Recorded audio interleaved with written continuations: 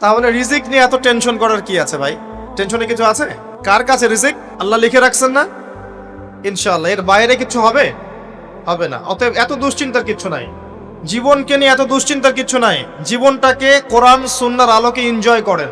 কোরআন সুন্নাহকে দিয়ে জীবনকে এনজয় করা যায়। কোরআন এবং সুন্নাহর আনুগত্যের মধ্য দিয়ে আপনি জীবনকে উপভোগ করেন, টেনশন করার দরকার নেই।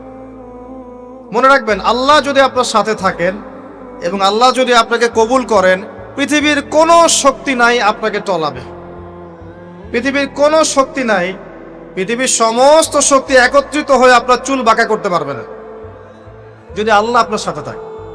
আর যদি আল্লাহ আপনার সাথে না থাকে, আইওয়াস শোডাউন দিয়ে কোনো লাভ হবে না, কেউ আপনাকে বাঁচাতে পারবে। অতএব আল্লাহকে আপন করে নেন, যার যার হক তাকে তাকে দেন, নিজের হক আল্লাহর কাছে চেয়ে নেন, ইনশাআল্লাহ আপনি সুখে থাকবেন। এর আগে আল্লাহ পাক একা ছিলেন, আর কিচ্ছু ছিল না। হুয়াল আউয়াল ওয়াল আখির ওয়াজ যাহির ওয়াল বাতিন ওয়া হুয়া বিকুল্লি শাইইন আলিম, সূরা হাদীদ। আল্লাহ পাক একা ছিলেন, কোনো কিছু ছিল না, আল্লাহ একা ছিলেন। আবার কোনো কিছু যখন থাকবে না, আল্লাহ একা থাকবেন। কুল্লু মান আলাইহা ফান ওয়া ইয়াবকা ওয়াজহু রাব্বিকা যুল জালালি ওয়াল ইকরাম। এই বিষয়ে কোনো দ্বিমত আছে? এরপরে আল্লাহ পাক সৃষ্টি করেছেন আরশে আজিম। কি সৃষ্টি করেছেন? বিশাল আরশ, যার ছায়ায় আল্লাহ পাক কিয়ামতের মাঠে 7 শ্রেণীর মানুষকে ছায়া দিবেন। 7 শ্রেণী: 1, ন্যায়পরায়ণ বাদশা, যেটা এই বিশ্বে খুঁজে পাওয়াটা পূর্ণিমা চাঁদের মতো।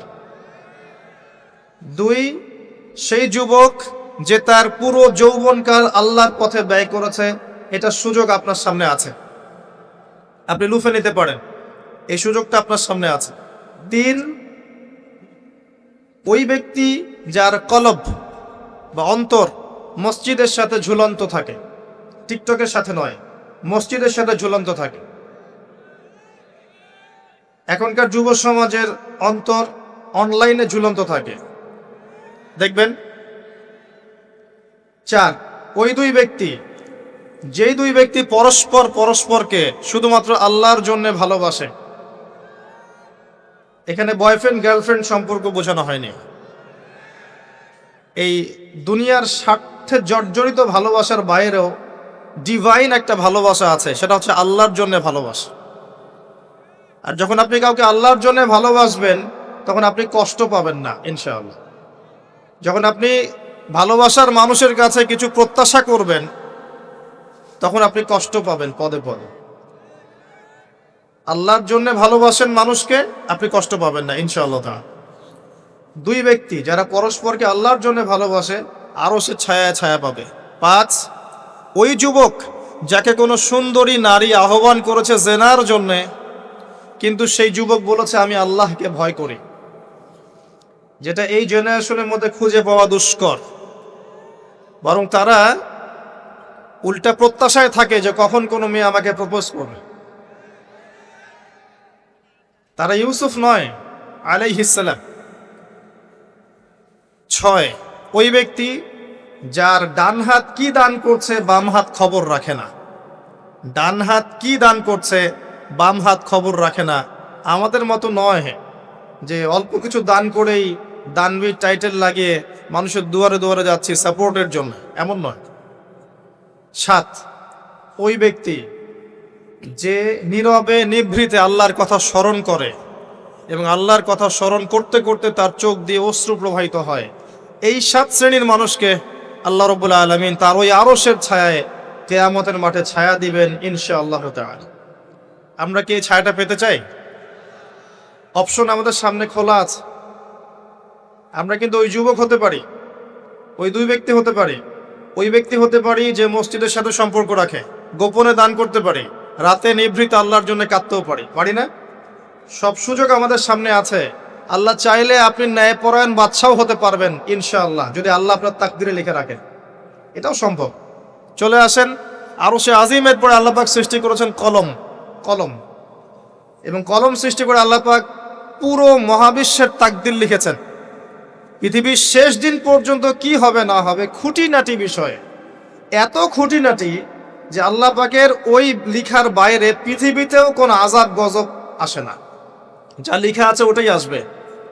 পৃথিবীতে যা আসছে যে আযাব, যে বিপদ, যে বালা মুসিবতগুলো আসছে আসমানি এবং জমিনের, এগুলোও আল্লাহর কাছে লেখা আছে। বলেন সুবহানাল্লাহ। এমনকি এই পৃথিবীতে কতজন মানুষ এসেছে, চলে গেছে এবং আসবে, এই হিসেব আল্লাহর কাছে আছে। চিন্তা করতে পারেন, পৃথিবীতে কত মাখলুক আছে, হিসেব আল্লাহর কাছে আছে। এই মহাবিশ্বে কত গ্যালাক্সিজ আছে, গ্রহ নক্ষত্র আছে, আল্লাহর কাছে হিসেব আছে। পিঁপড়া কতটুকু আছে এই পৃথিবীতে, এটা আল্লাহ জানেন কতগুলো আছে। সমুদ্রের নিচে কি আছে আল্লাহ জানেন। প্রতিটা বিষয় মহাবিশ্বের লিখিত হয়ে গেছে। এখন যে আল্লাহর কাছে সব লিখিত আছে, সেই আল্লাহ কি আমার রিজিকের মালিক নন? তাহলে রিজিক নিয়ে এত টেনশন করার কি আছে ভাই? টেনশনে কিছু আছে? কার কাছে রিজিক? আল্লাহ লিখে রাখছেন না? ইনশাআল্লাহ এর বাইরে কিছু হবে? হবে না। অতএব এত দুশ্চিন্তার কিছু নাই। জীবনকে নিয়ে এত দুশ্চিন্তার কিছু নাই। জীবনটাকে কোরআন সুন্নাহর আলোকে এনজয় করেন। একটা বই আছে না, এনজয় ইওর লাইফ, বইটা পড়েছেন? কোরআন সুন্নাহকে দিয়ে জীবনকে এনজয় করা যায়। কোরআন এবং সুন্নাহর আনুগত্যের মধ্য দিয়ে আপনি জীবনকে উপভোগ করেন। টেনশন করার দরকার নেই।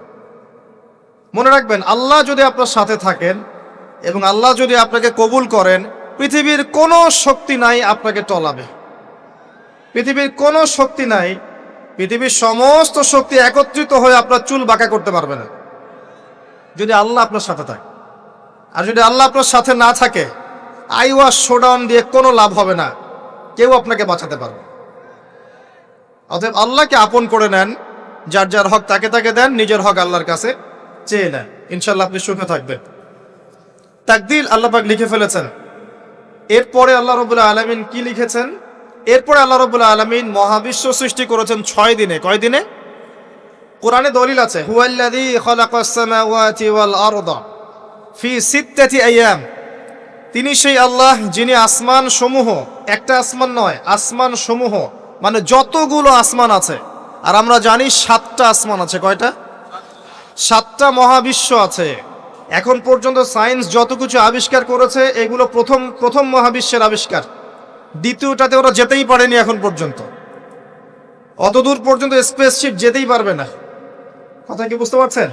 এটা প্রথম আসমানের বিষয়। এরকম আরো 6টা আসমান মহাবিশ্ব আল্লাহ পাক প্রস্তুত করেছেন। তারপরে আছে সিদরাতুল মুনতাহা, তার উপর একটা মহাসাগর আছে, তারপরে কুরসি, তার উপরে আরশে আজিম। আর আরশে আজিমের উপরে আল্লাহ সুবহানাহু ওয়া তাআলা।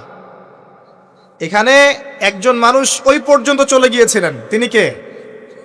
মুহাম্মদুর রাসূলুল্লাহ সাল্লাল্লাহু আলাইহি ওয়াসাল্লাম। তার মর্যাদা আর বোঝার বাকি আছে? তো সবার প্রতি অনুরোধ থাকবে, সেই ব্যক্তি, সেই নবী মুহাম্মদ সাল্লাল্লাহু আলাইহি ওয়াসাল্লামের সুন্নাহ মাফিক জীবনযাপন করেন। আল্লাহ পাক তৌফিক দান করুন। এবং এই সুন্নাহটা জীবনের একটা ক্ষেত্রে মানলে হবে না, জীবনের সমস্ত ক্ষেত্রেই মানতে চেষ্টা করতে হবে। আল্লাহ পাক তৌফিক দান করুন। আমিন। আল্লাহ রাব্বুল আলামিন এরপরে মহাবিশ্ব সৃষ্টি করে দীর্ঘদিন পর্যন্ত, অনন্তকাল বলবো না, দীর্ঘদিন পর্যন্ত মানুষ সৃষ্টি করেন নাই। জি, সূরা দাহরের প্রথম আয়াতে আল্লাহ পাক বলেছেন, হাল আতা আলাল ইনসান হিনুম মিনাদ দাহরি লাম ইয়াকুন শাইআম মাযকুরা। মানুষের উপরে এমন একটা সময় চলে গেছে যে মানুষ কোনো আলোচ্য বিষয় ছিল না। মানে মানুষ সৃষ্টি করা হবে, এখন দুনিয়া যা হচ্ছে দেখতে পাচ্ছেন, আমরা কোনো টপিকই ছিলাম না। এত সময় চলে গেছে মহাবিশ্ব। এখন মনে হয় দুনিয়াটা আমাদের, তাই না? মানুষই সব, মানুষই এই দুনিয়ার পলিটিক্যাল মালিক, ইকোনমিক মালিক, সংস্কৃতির মালিক, পরিবার, ব্যক্তি, সমাজ, সবকিছু মালিককে মালিক মনে হয় এখন মানুষকে। কিন্তু এমন একটা সময় ছিল যখন আল্লাহ বলছেন মানুষ সৃষ্টি হবে, এই বিষয়টা অনেক দূরের পথ ছিল। আল্লাহর জ্ঞানে ছিল, কিন্তু মহাবিশ্বে মানুষের অস্তিত্ব ছিল না। এই মহাবিশ্বেই মানুষের অস্তিত্ব ছিল না। আল্লাহ রাব্বুল আলামিন মহাবিশ্ব সৃষ্টি করেছেন কুন ফায়াকুন, হও হয়ে যাও।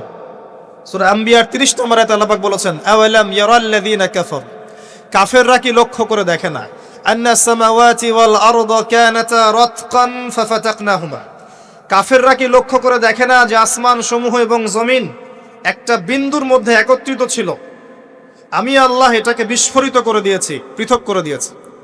এটা সায়েন্সের একটা থিওরির সাথে মেলে না? কোন থিওরি?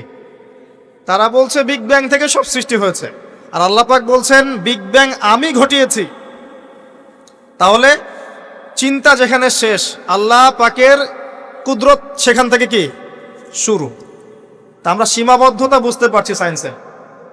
আমি নিজেও সায়েন্সের ছাত্র, বাট আমি এটা স্বীকার করি যে সায়েন্স সবকিছুর সমাধান দিতে পারবে না। কারণ আপনি কমন একটা প্রশ্ন করেন যে রূহ কাকে বলে, সায়েন্সকে বলেন যে can you give us the definition of ruh, আমাদেরকে রূহের সংজ্ঞা দিতে পারবেন? রূহটা কঠিন নাকি তরল না বায়বীয় না কি, আপনি কি ব্যাখ্যা করতে পারবেন? পারবেন না। সিম্পল। জিন জাতির ব্যাখ্যা দেন, ফেরেশতার ব্যাখ্যা দেন, কবরের আযাবের ব্যাখ্যা দেন, জান্নাত জাহান্নাম হুর পরির ব্যাখ্যা দেন। হুর পরি না, হুরুন আইন, ভুল হয়েছে, হুরুন আইন। মিজান, পুলসিরাত এগুলোর ব্যাখ্যা দিতে পারবে? আমাদের আত্মাটারই তো ব্যাখ্যা দিতে পারছে না। ঘুম, স্বপ্নের ব্যাখ্যা দিতে পারবে? ঘুমন্ত অবস্থায় মানুষ হাসছে এবং কাঁদছে, কি জন্যে ব্যাখ্যা দিতে পারবে? স্বপ্ন দেখছে, কোত্থেকে স্বপ্ন আসছে, আর স্বপ্ন মাঝে মাঝে সত্য কেমন করে হচ্ছে, এর ব্যাখ্যা দিতে পারবে? স্বপ্ন সত্যি হয় না? শেষ জামানায় মুমিনদের স্বপ্ন বেশি বেশি সত্য হবে এমনও এসেছে হাদিসে। আখিরুজ্জামানে মুমিনদের স্বপ্ন সত্যি হবে। নবী সাল্লাল্লাহু আলাইহি ওয়াসাল্লাম নবুয়তের আগে এমন স্বপ্ন দেখতেন সকালবেলা সত্য হয়ে যেত। নবুয়তের একটা অংশ স্বপ্ন, 36 ভাগের 1 ভাগ সত্য স্বপ্ন। যাই হোক, আমরা টপিকে চলে আসি। আল্লাহ রাব্বুল আলামিন বিগ ব্যাং দিয়ে মহাবিশ্ব সৃষ্টি করার পর সুদীর্ঘকাল পর্যন্ত মানুষকে সৃষ্টি করেন নাই। এরপরে অনেক সময় পর আল্লাহ পাক ফেরেশতাদেরকে ডেকে বলছেন এই আয়াতটা, যে হে ফেরেশতারা, আমি পৃথিবীতে আমার খলিফা পাঠাতে চাই, মানুষকে আমার খলিফা করে পাঠাতে চাই। খলিফা কি জিনিস? যিনি কাপড় সেলাই করেন তিনি খলিফা? খলিফা কি জিনিস? খলিফার ডেফিনেশনটা শোনে না। আল্লাহ পাক আদম আলাইহিস সালাম ছাড়াও আরো একজন নবীর ব্যাপারে খলিফা শব্দ ব্যবহার করেছেন, তার নাম কি? শুকরান, কে বলেছেন? জাযাকাল্লাহ। দাউদ আলাইহিস সালাম, তার ব্যাপারে আল্লাহ পাক বলেছেন তিনি ছিলেন খলিফা। কোন সূরা? সূরা সাদ। কোন সূরা? সূরা সাদ। আল্লাহ পাক বলেছেন ইয়া দাউদ, হে দাউদ, ইন্না জাআলনাকা খলিফাতান ফিল আরদ, নিশ্চয়ই আমি তোমাকে পৃথিবীতে আমার খলিফা করেছি। সুলাইমান আলাইহিস সালামের সময় এত উন্নত সভ্যতা ছিল যেটা আর কখনো আসবে না, এবং তাকে এত ক্ষমতা দেওয়া হয়েছিল আল্লাহর পক্ষ থেকে, যার কথা নবী সাল্লাল্লাহু আলাইহি সাল্লাম স্মরণ করে বলেছিলেন যে একটা জিন আমাকে সালাতের মধ্যে ডিস্টার্ব দিচ্ছিল, আমি ভাবলাম জিনটাকে ধরে বেঁধে রাখবো। এটা আমাদের নবীজি বলছেন, একটা জিন আমাকে নামাজে ডিস্টার্ব করছিল, আমি ভাবলাম জিনটাকে ধরে খুঁটির সাথে বেঁধে রাখি। তখন আমার সুলাইমানের কথা মনে পড়লো, আমার ভাই সুলাইমানের কথা মনে পড়লো যে সুলাইমান আলাইহিস সালামকে আল্লাহ পাক এই ক্ষমতা দিয়েছিলেন। আর সুলাইমান আলাইহিস সালাম আল্লাহর কাছে দোয়া করেছিলেন, আল্লাহ আমাকে যে ক্ষমতা দিয়েছো এরপরে আর কাউকে দিও না, এটা দোয়া করেছিলেন। আমার সুলাইমানের কথা মনে পড়লো, আমি জিনটাকে ছেড়ে দিলাম, বাদলাম না। আমাদের নবী মুহাম্মদ সাল্লাল্লাহু আলাইহি ওয়াসাল্লাম মানুষের সম্মান বুঝতেন। আমাদের নবী মুহাম্মদ সাল্লাল্লাহু আলাইহি ওয়াসাল্লাম অন্যের সম্মান বুঝতেন, আর আমরা তার উম্মাহ, অন্যের সম্মান নষ্ট করতে পারলে আমাদের ভাত হজম হয়। অন্যের সম্মান নষ্ট না করা পর্যন্ত ভাত হজম হবে না। আর মুহাম্মদ সাল্লাল্লাহু আলাইহি ওয়াসাল্লাম অন্যের সম্মান বুঝতেন। আসেন, সুলাইমান আলাইহিস সালাম এবং দাউদ আলাইহিস সালাম এই জেরুজালেম থেকে বিশ্ব শাসন করেছিলেন। আর জেরুজালেম চিনেন তো আপনারা? কোন দিকে? চায়নার দিকে, রাশিয়ার দিকে, নাকি আমেরিকার দিকে? আচ্ছা, ওইদিকে আমরা পরে আসবো ইনশাল্লাহ। সভ্যতার সংকটের শেষের দিকে আমরা ওইদিকে আসবো ইনশাল্লাহ। এবার আসেন, দাউদ আলাইহিস সালামকে আল্লাহ পাক বলছেন তোমাকে খলিফা করেছে পৃথিবীতে, তোমার কাজ কি?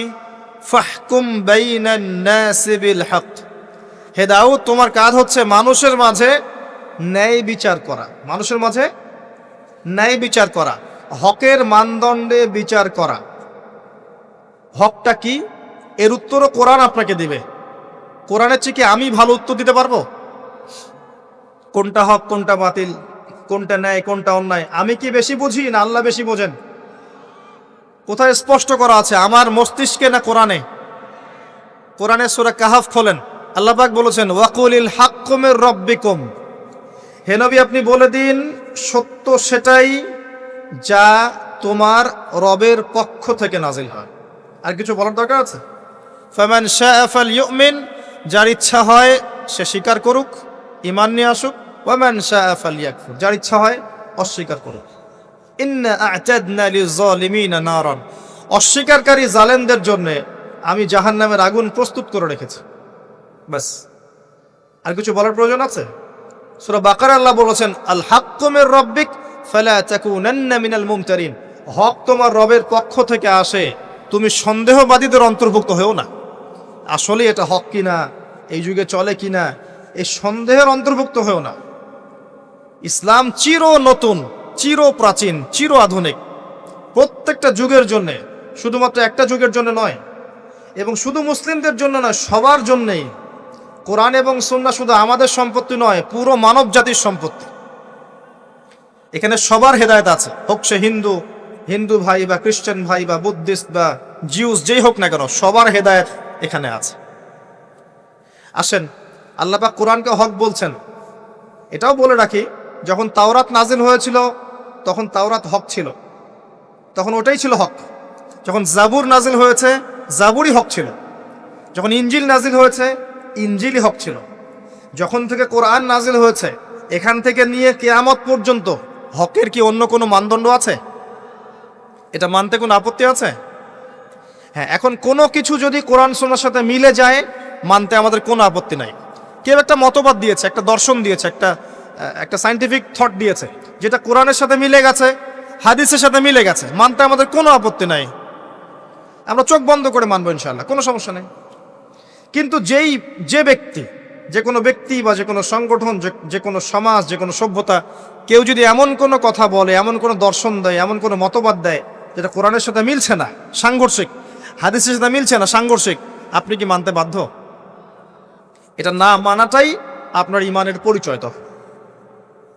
তো আল্লাহ পাক দাউদ আলাইহিস সালামকে বলছেন তুমি এই হকের মানদণ্ডে বিচার ফয়সালা করো।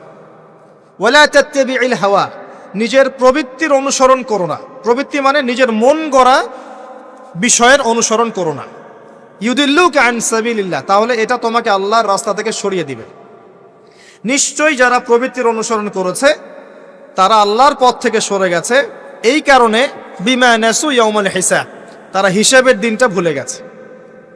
আমি কি বুঝাতে পারছি ভাই? তাহলে আল্লাহ পাক খলিফার ফাংশন দিলেন। খলিফার কাজ কি তাহলে?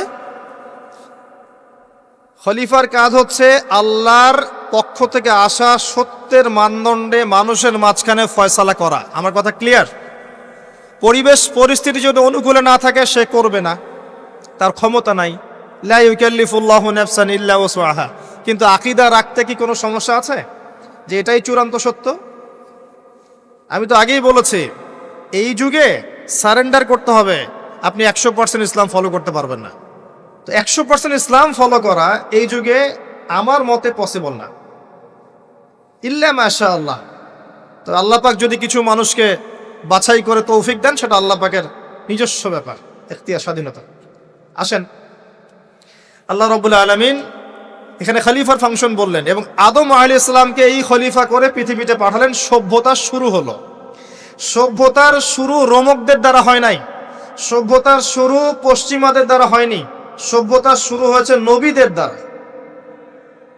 সর্বপ্রথম সভ্যতার ধারক বাহক হচ্ছেন আদম আলাইহিস সালাম, যাকে আল্লাহ পাক খলিফা করে পৃথিবীতে পাঠিয়েছেন। যে বা যারা পৃথিবীতে আল্লাহর বিধান অনুযায়ী চলছে তারা আল্লাহর খলিফা। কথা বুঝতে পারছেন? আর যারা পৃথিবীতে আল্লাহর বিধান অনুযায়ী চলছে না তারা আল্লাহর খলিফা নয়, তারা শয়তানের খলিফা। এবার আসেন, আদম আলাইহিস সালামকে সৃষ্টি করার পরেই কি পৃথিবীতে পাঠানো হয়েছে? না, আগে কি করা হয়েছে? আগে জ্ঞান শিক্ষা দেয়া হয়েছে। শুরু থেকেই জ্ঞান আছে, আর এই জ্ঞান সৃষ্টিগতভাবে আমাদের মধ্যে ছিল না, আল্লাহ পাক শিখিয়েছেন। তাহলে সভ্যতা এগিয়ে যাবে কিভাবে? জ্ঞান চর্চার মধ্য দিয়ে। বুঝতে পারছেন? আগে জ্ঞান। এখনো যদি আপনি একটা সুন্দর সভ্যতা চান, জ্ঞান চর্চা, এছাড়া কোনো অপশন নাই। জ্ঞান এর চর্চা, প্রসার প্রচার, সভ্যতা সমাজ সুন্দর হবে ইনশাআল্লাহ। এরপর কি হলো, সভ্যতা এগিয়ে গেল কিভাবে? তার বুকের হাড় থেকে হাওয়া আলাইহিস সালাম, এই যে সভ্যতার একটা অংশ, মহিলাদেরকে ছাড়া কি আপনি সমাজ চিন্তা করতে পারবেন? তারা আমাদের মধ্য থেকেই সৃষ্টি, এবং বাঁকা হাড় থেকে। জোরে চাপ দিতে যায় না, ভেঙে যাবে। জোরে চাপ দিতে যায় না, ভেঙে যাবে। বাস্তব অভিজ্ঞতা থেকেই বলছি। আর ছেড়ে দিলে আবার ওইভাবেই থেকে যাবে। এজন্য উত্তম নসিহতের মধ্য দিয়ে একটু মানায় টানায় চলতে হবে আর কি দুনিয়ার জীবন। সবকিছু 100% মনের মতো হবে না, একটু মানায় নিয়ে চলতে হবে। কারণ আমি নিজেও সাহাবী নই, দেখবেন আমার স্ত্রীও মহিলা সাহাবী নন, আপনিও সাহাবী নন, আপনার স্ত্রীও মহিলা সাহাবী নন। তাই ওই হিসাব কিতাব করে লাভ নাই। আমরা সবাই অপরাধী, সবার মাঝে ল্যাকিংস আছে। এই জন্য সবার উচিত সবার ভুলগুলোকে ক্ষমা করে দুনিয়ার জীবনটা হৃদ্যতা ভালোবাসার সাথে কাটানো। তাহলে পরিবার ঠিক থাকবে ইনশাআল্লাহ। এরপরে কি পরীক্ষা? কিসের পরীক্ষা? এই গাছের কাছে যেও না। কোন গাছ? এই প্রশ্নের দরকার নাই তো আমার, কোন গাছ? যে গাছই হোক, এই গাছের কাছে যেও না। তার আগে আল্লাহ পাক বলে দিলেন আদম আসো। ফেরেশতাদেরকে ডাকলেন, আদম তুমি এই নামগুলো বলে দাও। তিনি সব নাম বলে দিলেন। ফেরেশতাদেরকে আগে জিজ্ঞাসা করেছিলেন তোমরা বলে দাও, তারা বলেছে লা ইলমা লানা ইল্লা মা আল্লামতানা। এখানে জ্ঞানের মধ্য দিয়ে আল্লাহ পাক আদম আলাইহিস সালামকে সম্মানিত করলেন। জ্ঞান, সম্মান, নবী, সভ্যতার সূচক। আমার কথা কি বুঝতে পারছেন? এরপরে ইবলিস, সবাই সেজদা করলো। আদম জ্ঞানে জয়ী হয়েছে, তোমরা সবাই তাকে সেজদা করো। আল্লাহ পাক আদম আলাইহিস সালামকে বড় করলেন, কারণ তিনি তাকে ভালোবাসেন। আল্লাহ পাক আমাদেরকে ভালোবাসেন, বাসেন না? আল্লাহ পাক আমাদেরকে প্রচন্ড ভালোবাসেন। আর আপনি যাকে ভালোবাসবেন তাকে বড় করতে চাইবেন না? আল্লাহ পাক আদম আলাইহিস সালামকে উঁচু করলেন, তোমরা আদমকে সিজদা করো। ওয়া ইয কুলনা লিল মালাইকাতি ইসজুদু লিআদম ফাসাজাদু, সবাই সিজদা করলো ইল্লা ইবলিস। ইবলিস কেন সিজদা করলো না? কিয়াস করলো, খলাকতানি মিন নার ওয়া খলাকতাহু মিন তিন। আমাকে সৃষ্টি করেছেন আগুন দিয়ে, তাকে সৃষ্টি করেছেন মাটি দিয়ে, আমি কেন তাকে সিজদা করতে যাব? রিমেম্বার, লিসেন টু মি, ইবলিসের জ্ঞান ছিল, ইবলিসের আমল ছিল। আই রিপিট, ইবলিসের জ্ঞান ছিল, ইবলিসের আমল ছিল। ইবলিসের মাঝে বিনয় ছিল না, অহংকার ছিল। ইবলিস ধ্বংস হয়ে গেছে। যদি আমাদের জ্ঞান, আমাদের ডিগ্রি, আমাদের সার্টিফিকেট আমাদেরকে অহংকারী বানায়, আমরা ইবলিসের কাতারভুক্ত হয়ে যাব, নাউযুবিল্লাহ। ঠিক আছে? এবার ইবলিসকে বের করে দেওয়া হলো, চিরস্থায়ী জাহান্নামী অভিশপ্ত করা হলো। আদম এবং হাওয়া আলাইহিস সালাম জান্নাতে রাখা হলো। গাছের কাছে যেও না, তারা চলে গেলেন। কিভাবে চলে গেলেন? এখানে আসেন। ইবলিস এসে ওয়াসওয়াসা দিয়েছে। কি ওয়াসওয়াসা সেটা শোনেন। এটা একটা ভালো প্রশ্ন। কোন ওয়াসওয়াসায় পড়ে তারা এই কাজটা করে ফেললেন? এটা সূরা তহার মধ্যে আছে। কোন সূরা? তহা। এখানে আল্লাহ পাক বলেছেন, ইবলিস এসে বলেছিল যে তোমরা যদি ওই গাছের কাছে যাও এবং এর ফল খাও, তাহলে তোমরা চিরস্থায়িত্ব লাভ করবে। চিরস্থায়িত্ব, অমর হয়ে যাবে, অমর। কথা বুঝতে পারছেন? অমরত্ব। এই অমরত্বের টোপ দিয়ে ইবলিস এভাবে ওয়াসওয়াসা দিয়েছে আমাদের পিতাকে, আমাদের মাকে। এর ফলশ্রুতিতে আল্লাহ রাব্বুল আলামিন আমাদেরকে নামিয়ে দিয়েছেন পৃথিবীতে। আল্লাহ পাক নামিয়ে দেওয়ার সময় আদম এবং হাওয়া আলাইহিস সালাম তাদেরকে ক্ষমা করে দিয়েছেন, কিন্তু একটা সময় দিয়েছেন, এখন আর জান্নাতে থাকা হবে না, পৃথিবীতে চলে যাও, এখানেও চিরস্থায়ী জীবন পাবে না, নির্দিষ্ট সময় থাকবে। এর মধ্যে আমি তোমাদের রিজিক দিব, তোমাদেরকে আমি খাবার দিব, বাসস্থান দিব, সবকিছু দিব, স্ত্রী সন্তান যা যা লাগে মৌলিক চাহিদা সব দিব। তখন যদি তোমরা আমার হেদায়েতকে মেনে চলো, আবার জান্নাতে ফিরে আসবে। যদি না মানো, ইবলিসের সাথে জাহান্নাম। কথা ক্লিয়ার? সহজ সরল জীবন দর্শন, দ্য ফিলসফি অফ লাইফ। এত দর্শন শেখার দরকার নাই। আমরা দর্শনের বই পড়তে পড়তে মাথা খারাপ হয়ে গেছে। পশ্চিমা দর্শন, জৈন দর্শন, চারবাক দর্শন, ইউরোপিয়ান দর্শন, আধুনিক দর্শন পড়তে পড়তে অবস্থা খারাপ। মার্কসীয় দর্শন। সুবহানাল্লাহ, একটা সহজ সরল জীবন দর্শন আল্লাহ দিয়েছেন। সূরা বাকারার আয়াত নাম্বার 38 এবং 39, দুইটা আয়াত। কি দর্শন? আল্লাহ বলছেন, কুল নাহবিতু মিনহা জামিআ। আমি আল্লাহ বললাম তোমরা সবাই নেমে যাও। কারা কারা সবাই? আদম, হাওয়া, ইবলিস, তোমরা নেমে যাও পৃথিবীতে। ফাইম্মা ইয়াতিয়ান্নাকুম মিন্নি হুদান, তোমাদের কাছে আমার পক্ষ থেকে হেদায়েত আসবে। কি আসবে?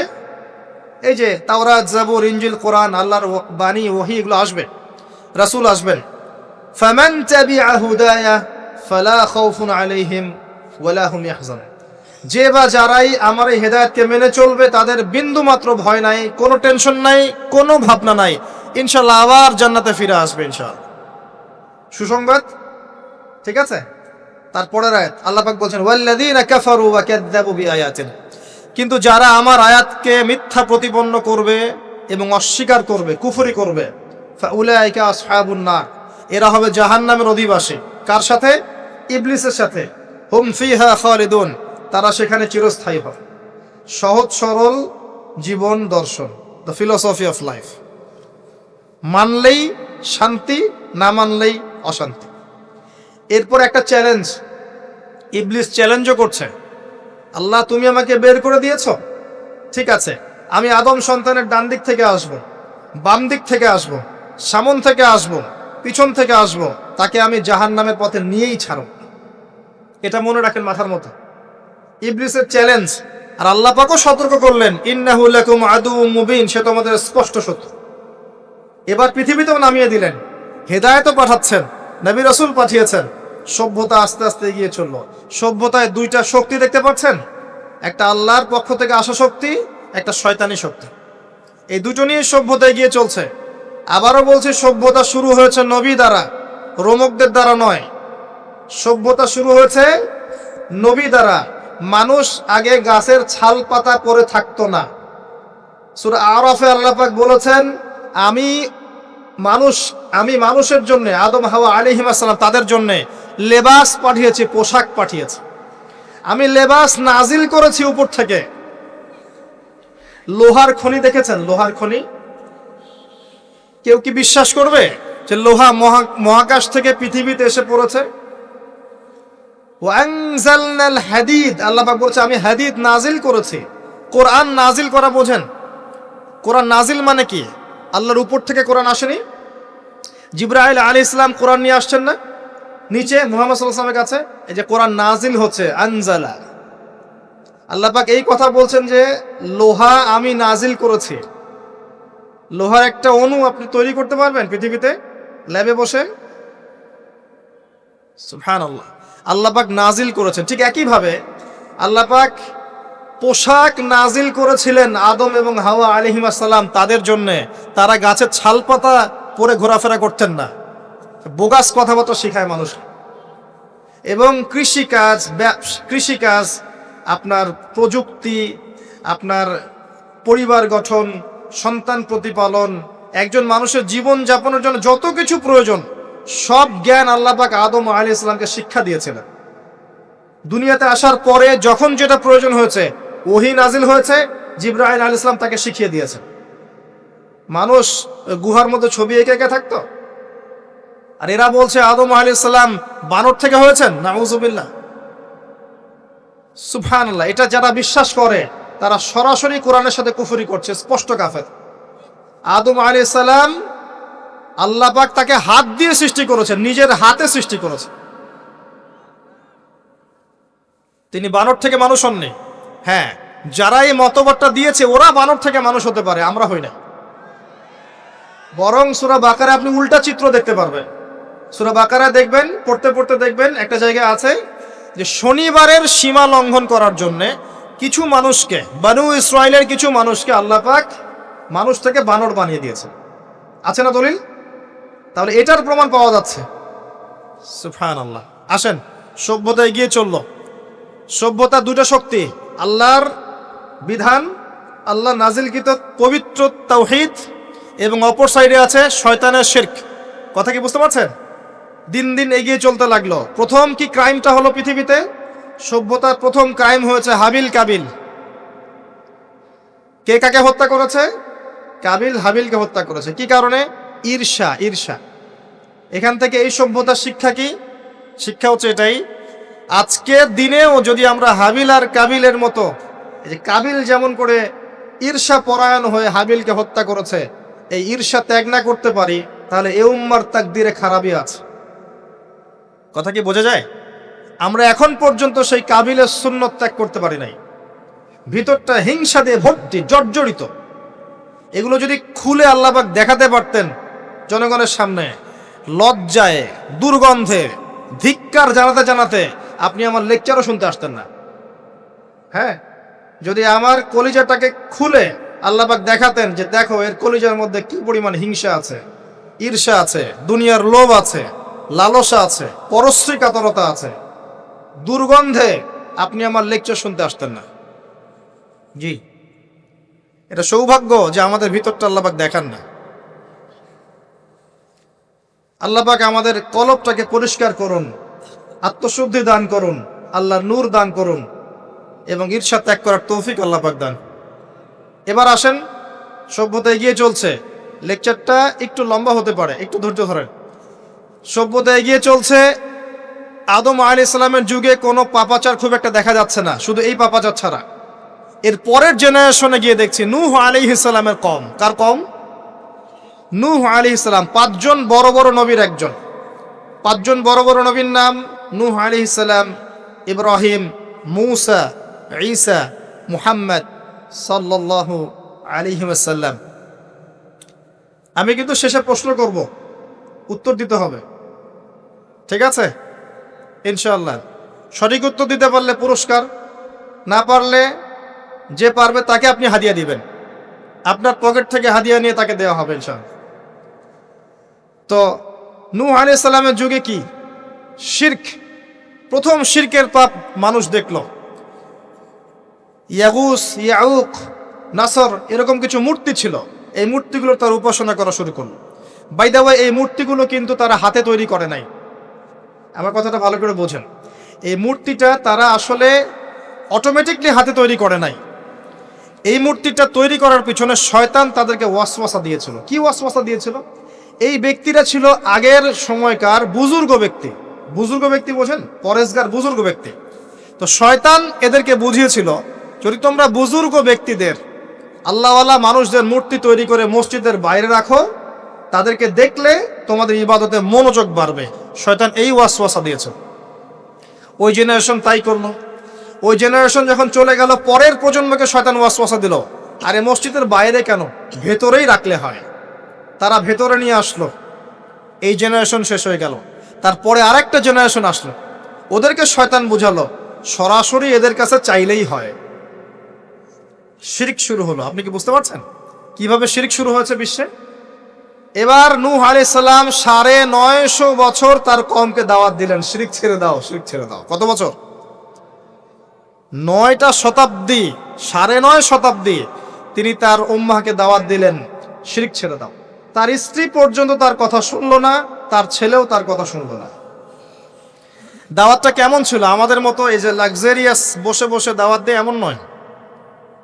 দাওয়াতটা এমন ছিল, নূহ আলাইহিস সালাম নিজেই বলছেন, ইন্নী দাআউতু কওমি লাইলা ওয়া নাহার। আল্লাহ, আমি আমার কওমকে দিন রাত দাওয়াত দিয়েছি, দিন রাত 24 ঘন্টা। ওয়ালাম ইয়াজিদহুম দুআই ইল্লা ফিরারা। আমার দাওয়াত শুনে মানুষ খালি পালিয়েই গেছে, পালিয়েই গেছে। এরকম করে দাওয়াত দিয়েছেন, এমন ভাবে দাওয়াত দিয়েছেন, শেষে সমাজের মানুষ শুনছে না, পরিবারের লোকও কথা শুনছে না। তখন হাত উঁচু করে বলছেন, রব্বি আন্নী মাগলুবুন ফান্তাসির। আল্লাহ, আমি পরাজিত, আমাকে সাহায্য কর। তখন আল্লাহ পাক প্লাবন পাঠালেন, ধ্বংস হয়ে গেল জালেম। আর যারা মুমিন তাদেরকে আল্লাহ পাক উদ্ধার করলেন কিস্তিতে করে। সভ্যতার সংকট বুঝতে পারছেন? সভ্যতার সংকট মানে হচ্ছে শিরক। যখন সভ্যতায় শিরক এসেছে, আল্লাহ পাক তাওহীদ পন্থীদেরকে বাঁচিয়েছেন, মুশরিকদেরকে ধ্বংস করে দিয়েছে। এবং এই মুশরিকদেরকে আল্লাহ পাক পরকালেও জাহান্নামের আগুনে জ্বালাবেন, আর তাওহীদ পন্থীদেরকে আল্লাহ পাক পরকালে জান্নাত দিবেন ইনশাআল্লাহ। এই সভ্যতা এগিয়ে যাচ্ছে, এরপরে আরো এগিয়ে গেল। সব তো বলার সময় নাই, কয়েকটা বলছি।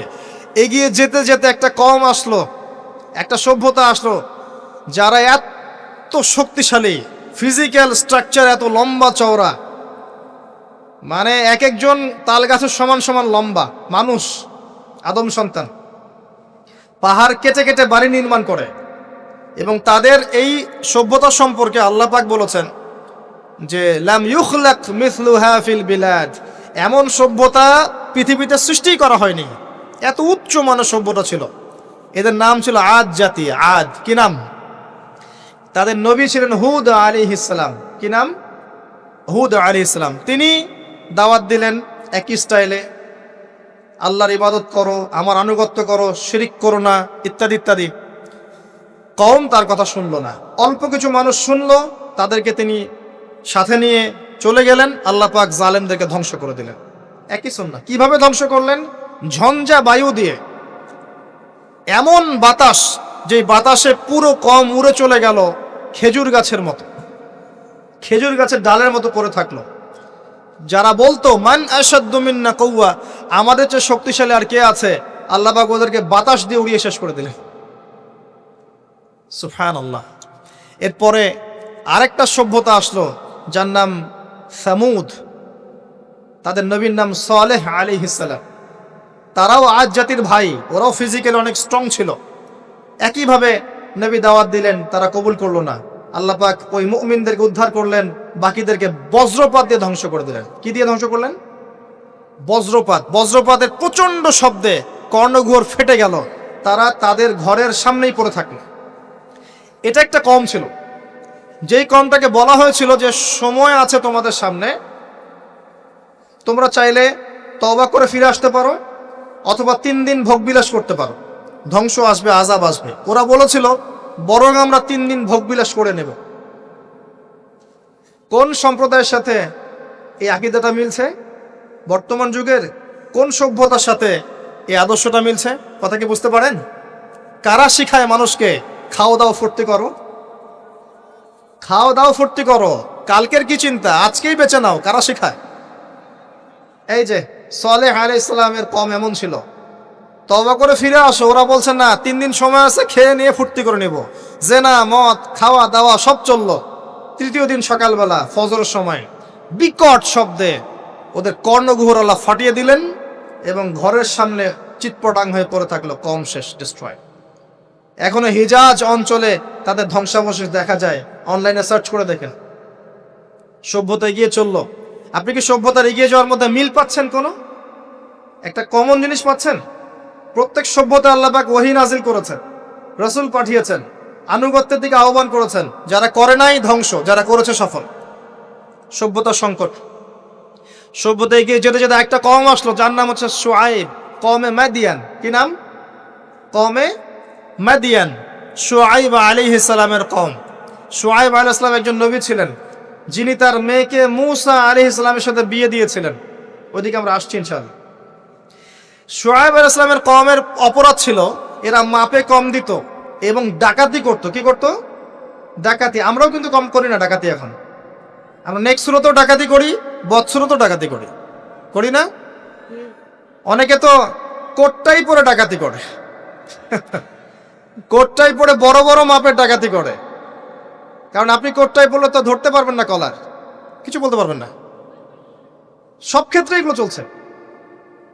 স্যুট বুট পরে বসে থাকবো সুদী ব্যাংকে, মানুষের রক্ত চুষে খাচ্ছে। অনেক সময় দেখা যায় দিনের লেবাস পরেও আমরা জনগণের টাকা পয়সা লুটে খাই। হ্যাঁ, তো ওই যে ডাকাতি করতো শুআয়ব আলাইহিস সালামের কওম, এবং তারা মাপে কম দিত। রমজান মাসে একটা অনুরোধ করবো, আল্লাহর ওয়াস্তে কৃত্রিম সংকট তৈরি করে মানুষকে কষ্ট দিয়েন না, বরং এই মাসে আপনি দাম আরো কমিয়ে দেন, আল্লাহ আপনার রিজিকে বারাকা দিবেন। ইনশাআল্লাহ মানুষকে খাওয়ান, বেশি বেশি ইফতার করান, বেশি বেশি ইফতার করান, সমাজ কল্যাণমূলক কাজ করেন, আল্লাহ রহম করবে ইনশাআল্লাহ। আল্লাহর ওয়াস্তে এই মাসটাকে কোটিপতি হওয়ার সুযোগ মনে করেন না, এটা আপনার ক্ষমা পাওয়ার মাস। আল্লাহ পাক বোঝার তৌফিক দান করুন তাদেরকে। তারপরেও কিছু মানুষ থাকবে, লাহুম কুলুবুন লা ইয়াফকাহুনা বিহা, যাদের কলব আছে উপলব্ধি করে না, ওয়া লাহুম আযানুন লা ইয়াসমাউনা বিহা ওয়া লাহুম আ'য়ুনুন লা ইবসিরুনা বিহা, কান আছে শোনে না, চোখ আছে দেখবে না। উলাইকা কাল আনআম, এরাই জন্তু জানোয়ারের মতো। বাল হুম আদাল, বরং তার চেয়ে ওরা নিকৃষ্ট। বাল হুম আদাল, বরং তার চাইতেও নিকৃষ্ট। ওয়া উলাইকা হুমুল গাফিলুন, এরা গাফিল সম্প্রদায়। আসেন, মাপে কম দেওয়া, ডাকাতি করার কারণে আল্লাহ পাক কি করলেন? আল্লাহ পাক এই মাদিয়ান জাতি ইতিহাসে প্রথমবার, সভ্যতায় প্রথমবার এই মাদিয়ান জাতিকে আল্লাহ পাক ভূমিকম্প দিয়ে ধ্বংস করেছে। ভূমিকম্প দিয়ে আল্লাহ পাক ধ্বংস করেছেন ওয়ার্ল্ড হিস্ট্রিতে প্রথম এই মাদিয়ান কওমকে। আর এই ভূমিকম্প আখিরুজ্জামানেও আসবে, বড় বড় তিনটা, একটা পূর্ব দিকে, একটা পশ্চিমে, আর একটা বিশ্বের মাঝখানে। অপেক্ষা করতে থাকেন এবং প্রস্তুতি গ্রহণ করতে থাকেন, সামনে আসবে ইনশাআল্লাহ আযজা ওয়াজাল। কারো ঠেকানোর ক্ষমতা নাই, বিকজ এটা হাদিসে লেখা আছে, কিছু করার নাই। একটা কাজই করার আছে, পরকালের ফিকির করা আর মৃত্যুর প্রস্তুতি গ্রহণ করা। আসেন, এরপর কি হলো? সভ্যতা এগিয়ে চললো। নবী মূসা আলাইহিস সালামের কওম আসলো, বনু ইসরাইলের ঘটনা আপনারা জানেন। এর আগে একটা স্কিপ করে গেছে, ওইদিকে আসছি। এর আগে ইব্রাহিম আলাইহিস সালাম ছিলেন, মনে আছে? ওই যে নমরুদ, ইব্রাহিম আলাইহিস সালাম বাবা তার আহ্বানে সাড়া দিচ্ছে না, বাড়ির থেকে চলে গেলেন। স্ত্রী সারা কিনে চলে গেলেন প্যালেস্টাইন, সেখানে থাকা শুরু করলেন। পরে হাজারা আলাইহিস সালামকে বিয়ে করলেন, সেখান থেকে আবার মক্কা, সেখানে সন্তানকে জবাই করার ফিতনা, পরীক্ষা, সফল হলেন, প্রত্যেকটা ক্ষেত্রে সফল হলেন। আল্লাহ রাব্বুল আলামিন তাকে বলেছেন যে ইব্রাহিম একাই একটা উম্মাহ। আল্লাহ পাক তাকে অগ্নি পরীক্ষা নিলেন, অগ্নি পরীক্ষাতেও তিনি পাশ করলেন। নমরুদকে আল্লাহ পাক ধ্বংস করলেন, ইব্রাহিমকে বিজয়ী করলেন। বলেন সুবহানাল্লাহ। সভ্যতার একই চিত্র। এবার মূসা আলাইহিস সালামের সময় আপনি গিয়ে দেখবেন ফেরাউনকে আল্লাহ পাক দলবল সহ ডুবিয়ে মারলেন। মূসা আলাইহিস সালাম বনী ইসরাইলকে আল্লাহ পাক উদ্ধার করলেন। একই চিত্র। সভ্যতার সংকট, বুঝতে পারছেন? সভ্যতার সংকটের মধ্যে যখনই আপনি দেখবেন শিরিক আছে, আল্লাহর অবাধ্যতা আছে, নবীর আনুগত্য নাই, ধ্বংস। যখনই তাওহীদ আছে, সুন্নত আছে, হালাল আছে, নবীর আনুগত্য আছে, সাফল্য। সভ্যতা আরো এগিয়ে গেল। দেখবেন দাউদ আলাইহিস সালামের যুগ আসলো, তিনি জেরুজালেম থেকে ওয়ার্ল্ড শাসন করা শুরু করলেন। সুলাইমান আলাইহিস সালামের সময় আসলো, তিনি আরো বড় পরিসরে শাসন করা শুরু করলেন। এদিকে ইউসুফ আলাইহিস সালামের সময় এসেছিল, যিনি মিশরে রাজত্ব করেছিলেন। ইয়াকুব আলাইহিস সালামের সময় এসেছিল। ইদ্রিস আলাইহিস সালামের যুগ এসেছিল। যুলকারনাইন তার সময় এসেছিল, যিনি মাশরিক মাগরিব বিজয় করেছিলেন। অনেক যুগ চলে গেল, এমনকি ঈসা ইবনে মারইয়ামের সময় আসলো, তিনিও একই সুন্নাহ পালন করতে লাগলেন। এরপরেও মুহাম্মদ সাল্লাল্লাহু আলাইহি ওয়াসাল্লামের সময় আসলো। এখান থেকে আপনি একটু বচন কবুল করতে লাগলো এবং ইসলামের প্রচার প্রসার বাড়তে লাগলো। যত প্রচার বাড়তে লাগলো, কাফের মুশরিকদের নির্যাতন তত বেশি বাড়তে লাগলো। এত নির্যাতন বাড়তে লাগলো, এক পর্যায়ে মক্কা থেকে আবিসিনিয়ায় হিজরত করতে হলো, হাবাসা, ইথিওপিয়ায়। সেখানে বাদশা নাজাশী ছিলেন, তিনি মুসলিমদেরকে আশ্রয় দিলেন, সেখানে মুসলিমরা থাকতে লাগলো। এমনকি নবী সাল্লাল্লাহু আলাইহি ওয়াসাল্লাম তায়েফে গেলেন সাহায্য পাওয়ার আশায়। তায়েফবাসী খারাপ ব্যবহার করলো, তাকে রক্তাক্ত করলো, তিনি আবার মক্কায় ফিরে আসলেন। তিনটা বছর গাছের ছাল পাতা খেয়ে সাহাবায়ে কেরামকে শিয়ারে আবু তালেবে রাত দিন কাটাতে হলো। 3 বছরের বয়কট জীবন। এরপরে একই বছর অল্প কয়েকদিনের ব্যবধানে চাচা আবু তালেব এবং স্ত্রী খাদিজা রাদিয়াল্লাহু আনহা ইন্তেকাল করলেন। নবী সাল্লাল্লাহু আলাইহি ওয়াসাল্লাম বিষণ্ণ হয়ে পড়লেন। আল্লাহ পাক তাকে মেরাজ ঘটালেন, তার সমস্ত বিষণ্ণতা দূর হয়ে গেল। নবী সাল্লাল্লাহু আলাইহি ওয়াসাল্লাম 11তম বর্ষে ইয়াসরিব থেকে আগত 6 জন যুবককে দাওয়াত দিলেন, যাদের নেতা ছিল সাআদ বিন জুরারাহ রাদিয়াল্লাহু আনহু। এই 6 জন ইয়াসরিব মানে মদিনা থেকে এসেছিল, তার ইসলাম কবুল করে আবার মদিনায় ফেরত গেল। তার পরের বছর তারা আরো 6 জনকে নিয়ে আসলো, 6 যোগ 6 মোট 12 জন। এর পরের বছর মুসআব বিন উমাইর রাদিয়াল্লাহু আনহুর দাওয়াতের ফলে 12 থেকে 75 জন মানুষ মদিনা থেকে এসে ইসলাম কবুল করলো। মদিনায় হিজরতের পটভূমি তৈরি হলো। নবী সাল্লাল্লাহু আলাইহি ওয়াসাল্লাম তার পরের বছর হিজরত করলেন মদিনায় সাহাবায়ে কেরামকে নিয়ে। এই যে মদিনা, এটাই হলো প্রথম ইসলামিক স্টেট। কথা কি বুঝতে পারছেন? ওই দাউদ এবং সুলাইমান আলাইহিস সালামের পর এবং ইউসুফ আলাইহিস সালামের যুগের পর এই মদিনাই হচ্ছে পরবর্তী ইসলামিক স্টেট। এখানে ছিল রাষ্ট্রের সমস্ত সংজ্ঞা, এখানে ফুলফিল হলো। এখানে জনগণ হলো, এখানে সার্বভৌমত্ব থাকলো, এখানে গভর্নমেন্ট হলো এবং যার প্রেসিডেন্ট স্বয়ং মুহাম্মদ সাল্লাল্লাহু আলাইহি ওয়াসাল্লাম। আমার কথা কি বুঝতে পারছেন? আমি একটু দ্রুত নিয়ে যাচ্ছি আপনাদেরকে, সময় শর্ট। এবার এই মদিনাকে প্রোটেক্টেড করার জন্য নবী সাল্লাল্লাহু আলাইহি ওয়াসাল্লাম সামরিক বাহিনী থেকে শুরু করে ইকোনমিক বেস, আপনার পলিটিক্যাল অ্যাফেয়ার্স, সমস্ত বিষয়গুলো করতে লাগলেন। এক পর্যায়ে আবু সুফিয়ানের কাফেলাকে আক্রমণকে কেন্দ্র করে বদরের যুদ্ধ হয়ে গেল। আর এই যুদ্ধে মুসলিমদেরকে আল্লাহ পাক বিজয় দান করলেন। তার পরের বছর উহুদের যুদ্ধ হলো। আমাদের একটা ভুলের কারণে আমরা এই যুদ্ধের সাময়িক বিপর্যয়ের শিকার হলাম। পরাজিত হয়নি, সাময়িক বিপর্যয় শিকার হয়েছে। স্বয়ং নবী সাল্লাল্লাহু আলাইহি ওয়াসাল্লামকেও মার খেতে হয়েছে। জি, এবং 70 জন সাহাবী এখানে ইন্তেকাল করেছেন, শাহাদাত বরণ করেছেন, যার মধ্যে হামজা রাদিয়াল্লাহু আনহুও ছিলেন। এর পরের বছর 10,000 সৈন্য নিয়ে মুশরিকরা আক্রমণ করলো মদিনা। এখানে 1.5-2 মাস মদিনাকে অবরোধ করে রাখলো। এটা হলো খন্দকের যুদ্ধ, আহজাবের যুদ্ধ। সূরা আহজাব পড়ে দেখেন। এরপর তারা ফিরে চলে গেল। এবার নবী সাল্লাল্লাহু আলাইহি ওয়াসাল্লাম বললেন, আজকের পর থেকে তারা আর আমাদেরকে আক্রমণ করতে পারবে না, আমরাই করবো ইনশাআল্লাহ। এরপর নবী সাল্লাল্লাহু আলাইহি ওয়াসাল্লাম দাওয়াত বাড়াতে লাগলেন, ইকোনমিক বেস বাড়াতে লাগলেন, সামরিক বিষয়গুলো শক্তিশালী করতে লাগলেন এবং গোত্রে গোত্রে ইসলামের দাওয়াত পৌঁছে দিতে লাগলেন। এক পর্যায়ে স্বপ্ন দেখলেন তিনি মক্কা তাওয়াফ করছেন। সাহাবীরা বুঝে ফেললেন যে আমরা মক্কায় ঢুকবো। তারা ইহরাম বেঁধে মক্কায় ঢুকতে লাগলেন। প্রতিবন্ধকতা দেওয়া হলো হুদাইবিয়া নামক জায়গায়। হুদাইবিয়া নামক জায়গায় খালিদ বিন ওয়ালিদ, যিনি তখন ইসলাম কবুল করেননি রাদিয়াল্লাহু আনহু, তিনি মুসলিমদেরকে ঠেকিয়ে দিলেন, যাওয়া হবে না। এর ফলশ্রুতিতে এখানে চুক্তি হলো, যেটাকে আমরা হুদাইবিয়ার সন্ধি বলে থাকি। চুক্তির প্রতিটা দফায় বাইরের চোখ দিয়ে মনে হয় যে আমাদের প্রতিকূলে যাচ্ছে, কিন্তু আদতে এগুলো আমাদের অনুকূলে ছিল। কি দফা? 10 বছর আমরা যুদ্ধ করব না, ওকে ডান। তোমাদের কেউ আমাদের দলে আসলে ফিরাই দেওয়া লাগবে, আমাদের কেউ তোমাদের দলে গেলে ফিরাই দিব না, ওকে ডান। এই বছর ওমরা করতে পারবে না, ফেরত যেতে হবে, ঠিক আছে ডান। পরের বছর আসতে হবে, তাও 3 দিনের জন্য বিনা অস্ত্রে, ওকে ডান। সবকিছুই ডান, যাও। এই চুক্তি হয়ে গেল। আল্লাহ পাক আয়াত নাজিল করলেন, ইন্না ফাতাহনা লাকা ফাতহাম মুবিনা। এই চুক্তির মধ্যেই তোমাকে আমি বিজয় দিয়েছি হে নবী সাল্লাল্লাহু আলাইহি ওয়াসাল্লাম। বলেন সুবহানাল্লাহ। কি বিজয়? বোঝেন এই জায়গাটা।